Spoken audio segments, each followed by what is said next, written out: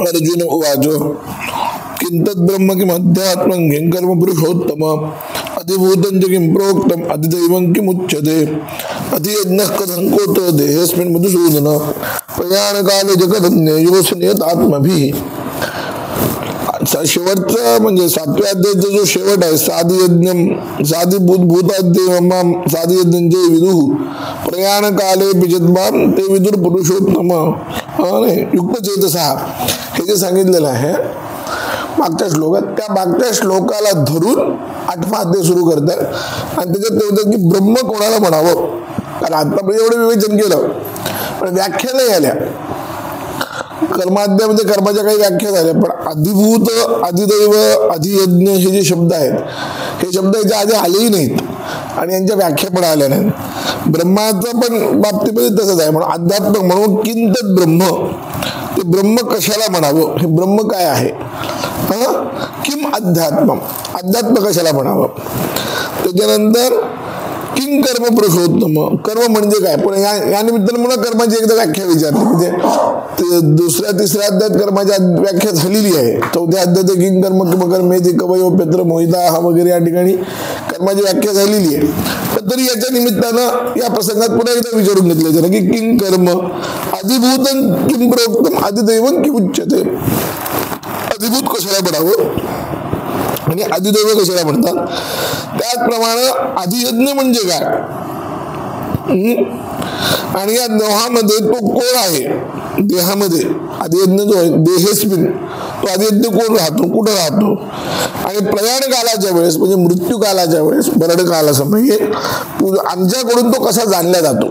नेयम कथन नेयोसी नियतात्मभिः, त्याचं तो किंवा तू कसं जाणला जाऊ शकतोस, तुझं ज्ञान आम्हाला कसं प्रयाणकाली होईल, हे सगळे प्रश्न त्यांनी विचारले. म्हणजे कारण आतापर्यंत फक्त मागच्या श्लोकात एवढंच सांगितलं की प्रयाण कालाच्या वेळेस ते लोक माझ्या युक्तचेत होतात, पण आता आमच्यासारख्यांनी कसं व्हावं हा प्रश्न अर्जुनाला पडलेला आहे. म्हणून अर्जुनाने हा प्रश्न विचारला. म्हणून ही म्हणजे काय, याला मी त्या दिवशी सांगितलं ना, आक्षेपी संगती आहे मागच्या अध्यायाची आणि या अध्यायाची. तर संगती कोणती असेल तर ती कोणती आहे, आक्षेपी संगती. म्हणजे मागच्या ह्याच्या वेळेस जे आहे त्याच्यावर आक्षेप घेतला, मागच्या सिद्धांतावर आक्षेप घेऊन आता यांनी हे केलेलं आहे. म्हणून या अध्यायामध्ये ते सांगतात. आता ज्ञानोबा काय म्हणतात, मग अर्जुनही म्हणितले हा हो जी अवधारले जे म्या पुसले ते निरूपीजो सांगा कवण ते ब्रह्म कासया नाम कर्म अथवा अध्यात्म काय म्हणिपे. तुम्ही म्हणल्याप्रमाणे मी जे विचारलं ते तुम्ही सांगितलं आतापर्यंत, ठीक आहे, आणि तुम्ही सांगितलं ते मी अवधारलं, म्हणजे मी लक्ष दिलं. पण आता अजून याच्यावर मला काही प्रश्न पडलेले आहेत. ते प्रश्न तुम्ही मला सांगा की ब्रह्म कवडते, ब्रह्म कशाला म्हणावं किंवा ब्रह्माची व्याख्या काय, काय ब्रह्म आहे, ब्रह्माचं स्वरूप काय आहे. म्हणजे आता याच्यामध्ये हा जो प्रश्न आहे तो नैयायिकांच्या दृष्टीने विचार केला तर नैयायिकांकडे लक्षण हा एक पदार्थ आहे. आणि दुसरा प्रश्न विचारताना ते विचारतात की लक्षण विचारलं का स्वरूप विचारलं. पण वेदांतामध्ये लक्षणाचे 2 प्रकार केले, एक तटस्थ लक्षण आणि एक स्वरूप लक्षण. नैयायिकांकडे स्वरूप लक्षण नाही आहे, तर त्यांच्याकडे असाधारण धर्म जो आहे त्याला ते लक्षण म्हणतात. लक्षण शब्दाचा अर्थ काय म्हणतात, ते जो असाधारण धर्म आहे त्या वस्तूवर राहणारा जो असाधारण धर्म, असाधारण म्हणजे इतर कुठेही न दिसणारा, फक्त त्या वस्तूच्या ठिकाणी दिसणारा जो धर्म त्याला ते लक्षण म्हणतात आणि ते स्वरूप नसतं. जसं गाईचं शास्त्राधिमत्व हा धर्म आहे किंवा शासना पोळी हा असाधारण धर्म आहे. शासनाधिमत्व असणं हा असाधारण धर्म आहे. ते स्वरूप नाही गायचं. गायचं स्वरूप म्हणलं तर मग ते 4 खुरं वगैरे जे आहेत त्याच्यानंतर जे शेपूट वगैरे हे सगळं स्वरूप होईल, ते लक्षण होणार नाही. म्हणून इथं या अर्थानं जर विचार केला तर कवळ ते ब्रह्म याचा जर विचार केला तर ते ब्रह्म कोण आहे असं म्हणलं तर याचा अर्थ त्याचं स्वरूप काय असा अर्थ होतो. आणि ते ब्रह्म काय असं जर म्हटलं तर त्याचा अर्थ होतो त्या ब्रह्माचं लक्षण काय. अशा पद्धतीने त्यांनी प्रश्न की कवळ ते ब्रह्म कासया नामक कायसया नामक कर्म, कर्म कशाला म्हणावं, कर्माची व्याख्या काय, अथवा अध्यात्म काय म्हणिपे किंवा अध्यात्म कशाला म्हणावं. आता मुळात श्लोकामध्ये किम अध्यात्म किंग कर्म असं आले. चिंतत ब्रह्म किम अध्यात्म आणि किंग कर्म. म्हणजे क्रम कसा आहे, पहिल्यांदा ब्रह्म, नंतर अध्यात्म आणि नंतर कर्म, असा क्रम आहे. पण इथं ज्ञानोबारायांनी व्याख्या केली, आधी ब्रह्म घेतलं, नंतर कर्म घेतलं, मग अध्यात्म घेतलं. असा बदल करण्याचं कारण काय, हा एक प्रश्न पडला पाहिजे. याचं एक कारण असं आहे की ब्रह्माच्या नंतर कर्म सांगणं सोपं जातं आणि कर्म समजलं की अध्यात्म सोबत येईल, म्हणून ज्ञानोबारायांनी तसं केलेलं आहे. अधिभूतम त्याच्याच प्रमाणे अधिभूत ते कैसे येत अधिदैव ते कवणा असे हे उघडपी परी असे तैसे बोला. हे अधिभूत कशाला म्हणावं, अधिदैवत कसं आहे हे स्पष्टपणे मला समजलं पाहिजे. परियस म्हणजे मला समजलं पाहिजे असं तुम्ही उघड आणि स्पष्ट बोला. म्हणजे त्याच्यात कोणते संदिग्धपणा ठेवू नका. संदिग्धपणा जरी ठेवला तर काय होईल की प्रमेय कळणार नाही आणि प्रमेय नाही कळलं तर सगळंच बिघडायचं. म्हणून ते म्हणाले की स्पष्ट तसे बोला. देवा आदियज्ञ तो काही कवडपा इथे देही हे अनुमानाची काही दिठी न भरे. शिवाय देवा आदियज्ञ ज्याला म्हणतात या देहात आहे असं तू म्हणालास, तो आदियज्ञ तरी काय आहे माझ्या अनुमानाला, म्हणजे मला अजून समजत नाहीये. मी विचार करतोय, तर्क करतोय. अनुमान म्हणजे अगदी नैयायिकांचा अनुमान धरायची गरज नाही, पक्ष साध्य हेतू धरायची गरज नाही. दिठी नाही म्हणजे माझ्याच विचाराला येत नाही, माझ्या युक्तीला येत नाहीये. मी विचार केला आदियज्ञ कशाला म्हणावं, पण ते मला अजून कळत नाही म्हणाले. म्हणजे आणि नियत अंतःकरणी तू जाणीतशी देह प्रयाणी ते कैसे नाही शारंग पाणी परिसमा माते. आणि जे नियत अंतःकरण आहे म्हणजे ज्यांचं अंतःकरण माझ्यापाशी स्थिर झालेलं आहे, युक्त चेतसाचा भाषांतर आहे, नियत अंतःकरण आहे, त्या लोकांकडून तू प्रयाण कालाच्या वेळी जातोस, जाणल्या जातोस असं म्हणतात. प्रयाण काल म्हणजे मृत्यूच्या समयी तू त्यांना दर्शन किंवा तुझं ज्ञान त्यांना होतं. तर ते कसं होतं हे कैसे नाही ते शारंगपाणी परिसया माते. ते कसं होतं म्हणजे जवळपास ब्रह्म, अध्यात्म, कर्म, अधिभूत, अधिदैव आणि आदियज्ञ आणि प्रयाण काल 7 प्रश्न विचारले. या 7 प्रश्नामध्ये 8व्या अध्यायाचं सगळं उत्तर आहे. म्हणजे मला हे काय ते सांगा. आता हे प्रश्न आले ते मागच्या अध्यायावरून आलेले आहेत पाहिजे. म्हणून आता पुढे ज्ञानोबा म्हणतात देखा धवळाने चिंतामणीचा मुली बोलला होय दैवाचा तरी ओसरताही बोलू दयाचा परी सोपून वचे. यायला की अर्जुनानं हा प्रश्न विचारला, भगवंतानी कृपेने त्याला ते उत्तर दिलेले. त्याच्यावर एक जी आता ज्ञानोबारायांची हे आहे काय टीका म्हणा, टिप्पणी म्हणा, ते असं म्हणतात चिंतामणी जो आहे तो स्वतः भगवान आहे. काय म्हणतात ते देखा धवळारी चिंतामणीचा. चिंतामणीचा हा धवळारी आहे म्हणजे चिंतामणीचा अत्यंत स्पष्ट. चिंतामणी जो दगड असतो त्याचा हा कोण आहे, त्याचा चिंतामणीचा चिंतामणी आहे असं त्यांना भगवंताचं म्हणायचंय. भगवंत त्याला हा विचारल्यानंतर प्रश्न भगवंत उत्तर देणार नाही असं कसं होईल. साधा एक दगड चिंतामणी जो अचेतन आहे, चिंतामणी हा अचेतन आहे आणि भगवंत चेतन हा एक फरक आहे. अचेतनापाशी गेल्यानंतर जर आपल्याला पाहिजे ते मिळतं तर हा अचेतनाचा चेतन असलेला किंवा जे सगळ्या शक्ती असलेला त्याच्याजवळ जर गेलं तर भेटणार नाही. तरी कोणाचंही बोलू द्यायचा परी सोपून वचे. तो बोलणार नाही असं काही नाही, पण जरी तो बोलला तरी त्याचं बोलणं जे आहे ते सोपं नाही म्हणाले. कारण शेवटी हा विषय जो आहे तो अवघड आहे. परमात्म्यानं शेवटच्या ओळीमध्ये ते असं म्हणतात की ज्या जो कोपून श्रीकृष्ण कोपला आणि राक्षसाला जरा मारलं तर तरी तो राक्षस उद्धरून जातो, त्याचा मोक्ष होतो. तर इथं कृपेने ज्याला उपदेश करेल तो उद्धरणार नाही का असं त्याने प्रश्न विचारला. हे खरं आहे, पण असं जरी असलं तरी वेदांत असं आहे की वेदांत खूप अवघड आहे, खूप सोपं नाही आहे. म्हणजे जरी ते पुन्हा पुन्हा वाचलं, पुन्हा पुन्हा ऐकलं, म्हणून वेदांताच्या बाबतीत यात बोललो जर पूर्ण तुम्ही भगवद्गीता पाहिली तर पुष्कळ आपल्याला वाटतं की अरे आधी झाले आता पुन्हा का सांगितलं. दुसऱ्या अध्यायात जे सांगितलं ते पुढं वेगवेगळ्या पद्धतीने 18व्या अध्यायात आलेले, ते 16व्या 15व्या अध्यायात आले, 16व्या अध्यायात ते अन्य पद्धतीने आलेलंच आहे. एक गुणातीताचा विचार केला तर गुणातीत फक्त 14 अध्याय वेगळा, 14 अध्यायातला विचार वेगळा, ते सारखंच आहे सगळीकडे. मग पुन्हा पुन्हा का आलं. सगळ्या भक्ताचे लक्षणे सांगताना द्वंद्वारित्व वगैरे ते द्वंद्व सहिष्णुता वगैरे येतं, ते पुन्हा पुन्हा का सांगतात असा प्रश्न येईल की नाही. तर याचं उत्तर शांकर भाषेत जे दिलं ते असं आहे की वेदांत अत्यंत सूक्ष्म आहे, तो जड बुद्धीला सहन होत नाही. आपण जे आपली जी बुद्धी आहे त्या बुद्धीवर काय एक प्रकारचं आवरण आहे, कशाचं? अज्ञानाचं आवरण आहे. आणि त्यामुळं अज्ञानाचं आवरण असल्यामुळे बुद्धीवर म्हणता येत नाही, आलं लक्षात? कारण बुद्धी जड आहे आणि वेदांत मतानुसार जडावर आवरण नसते, तर ते आपल्या ह्याच्यावरच असते, चैतन्यावरच आवरण असते. म्हणून जीव जो आहे जीवावर अविद्येचं आवरण आहे, हे लक्षात ठेवा. जीव अविद्या जीवाश्रित आहे आणि त्यामुळं आपल्या ठिकाणी अविद्या असल्यामुळं, आवरण ते असल्यामुळं ते लवकर संपत नाही. अनेक जन्माच्या संस्कारामुळे सुद्धा ते उलट तिथं रजोगुण तमोगुणच वाढलेला असतो. सत्वगुण जोपर्यंत वाढत नाही आणि रजोगुण तमोगुण अगदी अल्प होत नाही, सगळे संपले पाहिजेत असं नाही, पण सत्वगुणाचं खूप प्रागट्य पाहिजे. सत्वगुण हा जवळपास जास्त पाहिजे, म्हणजे प्रकाशक म्हणून जो आहे तो असला पाहिजे. आणि रजोगुण तमोगुण अल्प जर झाले तर कुठं कळायला लागतं. पण कळलं तरी पुन्हा असं आहे की वेदांताच्या पातळीवर तरी, म्हणजे शब्द पातळीवर कळून उपयोग नाही. वेदांत जो आहे हा शब्द पातळीवर कळून उपयोग नाही. म्हणजे किती ब्रह्म तुम्ही मी एक आहोत ते शब्द पातळीवर किती आपल्याला कळलं, उपयोग नाही, काहीच उपयोग नाही. आपल्याला कळत नाही असं थोडीच, तसं विचार केला आपल्याला कळतच की तुम्ही मी एक आहोत, सगळे आहोत, आपला आत्मा एक आहे. दृष्टी सृष्टीवाद दृष्टी, काही जणांचे तर ग्रंथच्या ग्रंथ तयार असतील ना, विचारसागर वृत्ती प्रभाकर वगैरे असतील, पण तरी सुद्धा त्याचा उपयोग नाही होत. का उपयोग होत नाही? का त्याची जी मूळ अनुभूती यायला पाहिजे ती येत नाही ना. आणि अनुभूती यायची असेल तर प्रचंड सूक्ष्मता लागते.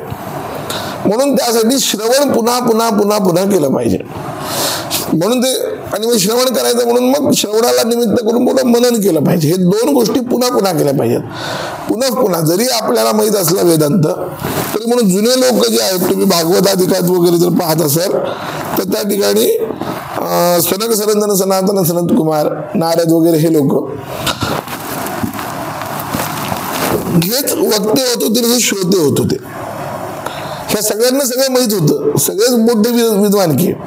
आता भागवताच्या महात्म्यामध्ये नारद विचारतात की या भक्तीच्या मुलाचं ज्ञानांतर वैराग्याचं उद्धार मी करायचं आहे तर कसं करू? आणि मग त्यांना नारदांना सांगतात सनंदन सनत कुमार की तुम्ही भागवत ऐका, भागवत सप्ताह करा म्हणजे होईल. आता भागवताची निर्मिती कोणाच्या प्रेरणेने झाली? नारदांच्याच प्रेरणेने झाली. नारदांनीच व्यासांना प्रेरणा दिली की नाही. मग हे अज्ञान कशामुळे पांघरायचं? त्याचं कारण हे आहे की एक श्रोता व्हायचं, मग ती भूमिका घ्यायची. कधी वक्ता व्हायचं तेव्हा ते वक्ता ही भूमिका घ्यायची. यांना म्हणजे तसं एक फार महत्वाचं वाक्य आहे की सगळे मुनी लोक जे आहेत ते अत्यंत विद्वान आहेत. म्हणजे आता आपल्याकडे वेगवेगळे शास्त्र काढले. मधुसूदन सरस्वतींनी प्रस्थान भेद नावाचा ग्रंथ लिहिला. सगळ्या शास्त्रांचा विचार त्याच्यात मांडलाय त्यांनी. सगळे दर्शन घेतलेत. जवळपास आपल्या याच्यामध्ये 16 दर्शन आहेत. 4 शैव दर्शन आहेत, 6 आस्तिक 6 नास्तिक हे 12 आणि 4 शैव दर्शन ही 16 दर्शनं आहेत. पुन्हा वेदांताची स्वतंत्र दर्शनं वेगळी. वैष्णव दर्शनं म्हणजे आता हे मध्वाचार्यांचं दर्शन वेगळं, रामानुजाचार्यांचं दर्शन वेगळं, निंबार्काचार्यांचं दर्शन वेगळं, त्याच्यानंतर वल्लभाचार्यांचं दर्शन वेगळं आणि शंकराचार्यांचं दर्शन वेगळं. आता एक नवीन दर्शन निर्माण झाले ते स्वामीनारायण संप्रदायाचे जे स्वामी भद्रेश दास जे आहेत त्यांनी आता एक नवीन प्रस्थांतर भाष्य लिहिले, अक्षर पुरुषोत्तम भाष्य. त्यांचं अक्षर पुरुषोत्तम दर्शन नावाचं एक वेगळं दर्शन आहे.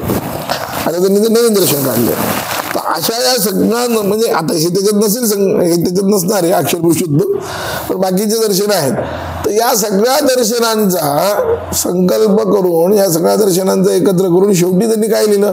हे सगळे कोणी निर्माण केले? तर मोठमोठ्या अत्यंत बुद्धिमान माणसांनी निर्माण केले. बुद्धिमान नुसते आहेत असं नाही, ते परोपकारी आहेत, तपस्वी आहेत, लोकांची उद्धार व्हावा या तळमळीच्या लोकांनी हे सगळं केलेलं आहे. मग असं असताना परस्पर विरोधी दर्शनं का केली असा प्रश्न येईल की नाही. एक एकदम जग खरं म्हणतो, एक दुसरं जग एकदम खोटं म्हणून सांगतो. इतका तफावत का दोघांच्या दर्शनामध्ये? तर ते सांगत असताना त्यांनी सांगितलं की ही सगळी दर्शनं, ही सगळा विचार जो आहे तो पायरीच आहे. त्यांनी समन्वय केला, त्याला पायरी म्हटलं. पायरी आहे. तर त्याची सगळ्यात खालची पायरी जी आहे ती 4 वाक आहे आणि सर्वात वरची पायरी जी आहे ते अद्वैत वेदांत. मध्ये बाकीच्या हळूहळू एक एक पायऱ्या आहेत. आणि म्हणून त्यांनी असं लिहिलंय की नाही ते मुनयो भ्रांता सर्वज्ञत्वात् तेषाम. यातले जे लोक आहेत हे सगळे मुनी लोक आहेत. जैमिनी मुनी होते, पूर्वमीमांसा त्यांनी केली. कपिल महामुनी होते, त्यांनी सांख्य लिहिलं. वैशेषिक कणाद महामुनी होते, त्यांनी वैशेषिक दर्शन लिहिलं. गौतम महामुनी होते, त्यांनी न्याय लिहिलं. गौतम महामुनींची तर गोष्ट अशी सांगतात की गौतम महामुनींना अक्षपाद म्हणतात. अक्षपाद का? पायाला डोळे होते म्हणून. कशामुळे पायाला डोळे होते? तर असं सांगतात की ते सतत विचार करत फिरायचे. विचार सतत डोक्यामध्ये एकच तत्वज्ञानाचा चर्चा झाली. तर पुष्कळ वेळा समोर काटे आले तर त्याच्यावर पाय पडायचा, खड्डा आला तर त्याच्यावर पाय पडायचा, कारण डोक्यात विचार नाही ना, ते सगळं चिंतन एकीकडे विचार एकीकडे. म्हणून परमात्म्याने संतोष ठेवून त्यांच्या पायाला डोळे दिले, म्हणजे पाय डोळे बघून चालेल म्हणून. त्यांना अक्षपाद दर्शन किंवा अक्षपाद असं म्हणतात. किंवा कणाद महर्षी होते की त्यांचे एवढं हे होतं की त्यांनी हे संपूर्ण सृष्टीचं परमाणू जो म्हणतात, परमाणू याचा पहिला शोध लावला कणादांनी.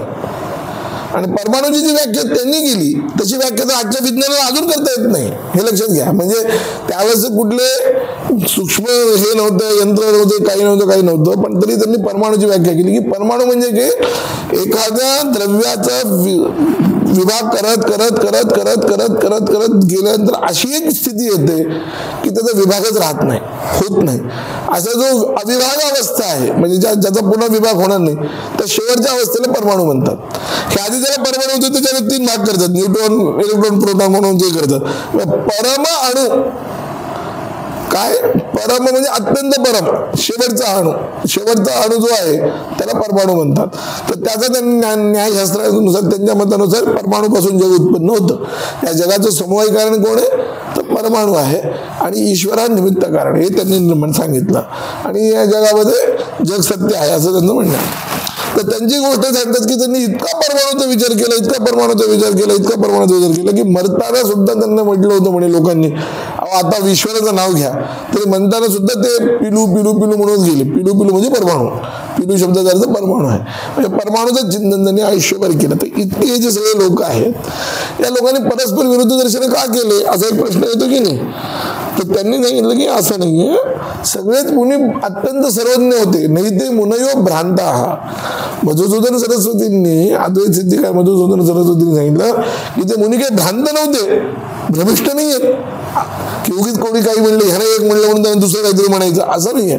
सर्वज्ञत्वात् तेषाम, ते सर्वज्ञ आहेत, त्यामध्ये भ्रांत नाहीत. मग असं काय केलं तर प्रत्येक स्तराचे लोकांना धरून ते दर्शन आहे. चार्वाक स्तरावरचे प्रत्येक जण असेल असं नाही, प्रत्येक जण अद्वैताच्या स्तरावरचं असेल असं नाही. अलग अलग आहे. अद्वैताचा स्तर जर त्याला पचत नाही तर त्याला त्याच्या उद्धारासाठी कधी मार्ग पाहिजे की नाही. म्हणून मध्ये न्याय, सांख्य, मीमांसा ही सगळे दर्शन करायचे असं आहे. तर या पद्धतीनं ते चिंतन केलं पाहिजे. म्हणजे मग या सगळ्यांचा परिसंग वेदांत खरा शिकत असताना वेदांत हा सर्वात शेवटी शिकायचा असतो. परंपरेमध्ये सुद्धा काय आहे, आधी न्याय शिकवतात, व्याकरण शिकवतात, मीमांसा शिकवतात आणि मग वेदांत शिकवतात. म्हणजे जर शिकायचं मग इतर सगळे शिकून मग वेदांत का वेदांत समजायला अवघड आहे, इतर सगळी शास्त्र समजायला तशी सोपी आहेत. म्हणून वेदांत समजायला अवघड असल्यामुळे वेदांतामध्ये पुन्हा तेच प्रश्न आहेत, पुन्हा तेच उत्तर आहेत, पुन्हा तोच प्रसंग आणलेला आहे. शंकराचार्यांनी सांगितलं की वेदांत अत्यंत सूक्ष्म. हे सगळं कशासाठी सांगत होतो की बुद्धीची सूक्ष्मता लाभावी यासाठी पुन्हा ऐकला. अभ्यास म्हणजे काय? अभ्यास शब्दाचा अर्थ पुन्हा तेच करणं. अभि आणि असं, अभि शब्दाचा अर्थ पुन्हा असं म्हणजे असणे, पुन्हा ते करणे, असणे, पुन्हा तसंच असणे, याला अभ्यास असं म्हटलेलं. आवर्तन करणे, पुन्हा आवर्तन करणे म्हणतो ना, त्याला अभ्यास असं म्हटलेलं आहे. तर त्या अभ्यासाच्या दृष्टीने आता भगवंतांनी अर्जुनाच्या मनामध्ये हा प्रश्न निर्माण करून दिला. आणि म्हणून म्हणतात की श्रीकृष्ण कोपुनी ज्यासी मारी तो पावे परब्रह्म साक्षात्कारी. मग कृपेने उपदेश करतो कैशा परी न पवेल. ज्याच्यावर भगवंत कृपाने उपदेश करेल तो मोक्षाला जाणार नाही का, त्याचा उद्धार होणार नाही का? अर्थातच त्या अर्जुनाचा उद्धार झालाच आहे. जरी अर्जुनाने प्रश्न विचारले तरी भगवंत त्याला मुद्दाम त्याला प्रश्न विचारायला अशी परिस्थिती निर्माण करतात. भगवंत काय करतात? परिस्थिती निर्माण करतात की त्याला प्रश्न निर्माण झाले पाहिजेत. खऱ्या गुरुचं हेच लक्षण आहे. खऱ्या गुरुचं आणि खऱ्या विद्यार्थ्याचं लक्षण कोणतं आहे तर गुरुनी विद्यार्थ्याला प्रश्न पडले पाहिजेत, त्याची जिज्ञासा जागृत ठेवली पाहिजे, त्याची जिज्ञासा कधी मारता कामा नये, हे गुरुचं लक्षण आहे. आणि विद्यार्थ्याचं खरं लक्षण आहे की त्याला सतत चिकित्सा झाली पाहिजे, त्याच्या मनामध्ये प्रश्न पडले पाहिजेत. प्रश्न न पडणं हेही चांगलं नाहीये, कारण प्रश्न जर नाही पडला तर विषय कळला असं होत नाही. विषय कळण्यासाठी प्रश्न पडले पाहिजेत, म्हणून मनन सांगितलं. श्रवण झाल्यानंतर श्रवण आणि मनन, उत्तम अधिकाऱ्याला ह्या पायऱ्या नाही आहेत, पण सामान्य अधिकाऱ्याला ह्या पायऱ्या आहेत. कोणत्या? श्रवण, मनन आणि निधिध्यासनाच्या. ते मनन काय आहे? मनन युक्ती आहे. म्हणजे जे प्रश्न श्रवण केल्यानंतर जे प्रश्न पडतात त्या प्रश्नांचं निराकरण करण्याची युक्ती म्हणजे मनन आहे. ते तर्क, मनन हा तर्करूप आहे. श्रवण वेदांताचं, उपनिषदांचं, गीतेचं श्रवण करायचं हे वचन आहे, पण मनन करताना तर्क वापरायचा असतो. तर्क जो आहे तो थोडासा अनुमानाचा असतो. फक्त तर्क वापरताना इथं मात्र तर्क करत असतं. श्रुतिमत तर्कोन संधीयता, आचार्य जे म्हणतात की तर्क करायचा तर तो श्रुतियुक्त करायचा, श्रुतीच्या विरुद्ध नाही करायचा. म्हणजे दिसत नाही म्हणून परमात्माने असं अलीकडले लोक करतात की नाही, असा तर्क नाही करायचा. ज्या अर्थी दिसत नाही त्या अर्थी आत्मा नाही, असा तर्क नाही करायचा. तर्क उलटा केला पाहिजे की प्रत्येक गोष्ट जी अनुभवल्याची ती दिसतेच असा काही नियम नाहीये, असा तर्क करायचा. तर्क करताना तर्क कुठेही वापरता येतो, पण इथं करताना मनन जे आहे ते वेदांताला अनुकूल असलेलं पाहिजे. म्हणून न्यायशास्त्राचा तिथं उपयोग आहे, मननामध्ये न्यायशास्त्राचा उपयोग आहे. की न्याय काय होतं की देहा व्यतिरिक्त आत्मा हे श्रवणानं कळलं, पण देहा व्यतिरिक्त आत्मा हे कळल्यानंतर त्याच्यावर येणारे जे संशय ते दूर करण्यासाठी तर्क लागतो, श्रुती लागते, म्हणून ते केलं पाहिजे. थांबवतो. अवधूत चिंतन श्री